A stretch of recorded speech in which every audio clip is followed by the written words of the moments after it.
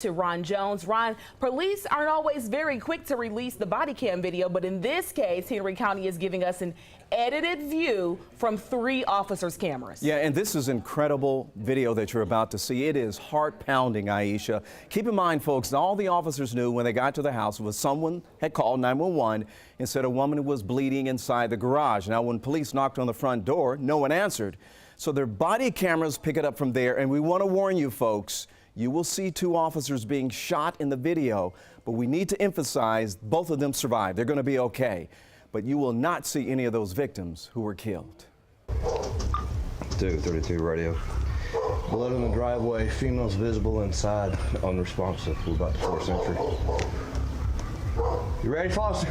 That's the voice of Henry County Officer Taylor Webb telling dispatchers he's going to kick in the front door. Little does he know he's about to be met with gunfire.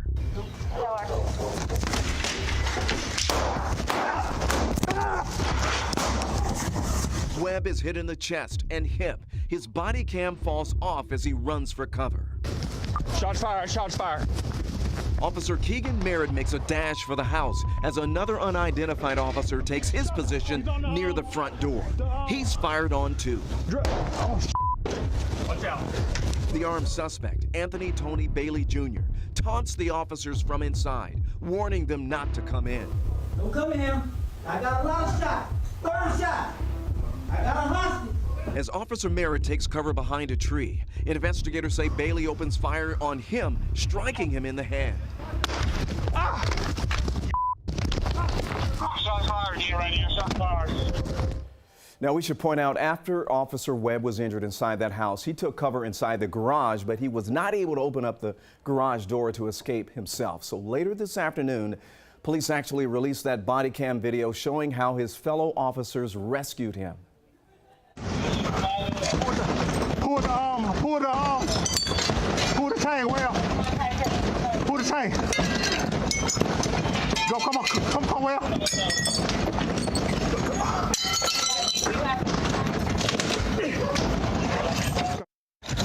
That's amazing. You saw Officer Webb dive out of there. One thing we should point out here, guys, and that is Officer Webb took a gunshot wound, or took a gunfire to the chest. However, because he was wearing a vest, he didn't bleed out in that garage. He was actually able to survive. So this standoff lasts 15 hours. I think a question that a lot of people have had on social media that have contacted us has been a simplistic view of this, and that why didn't they go in earlier?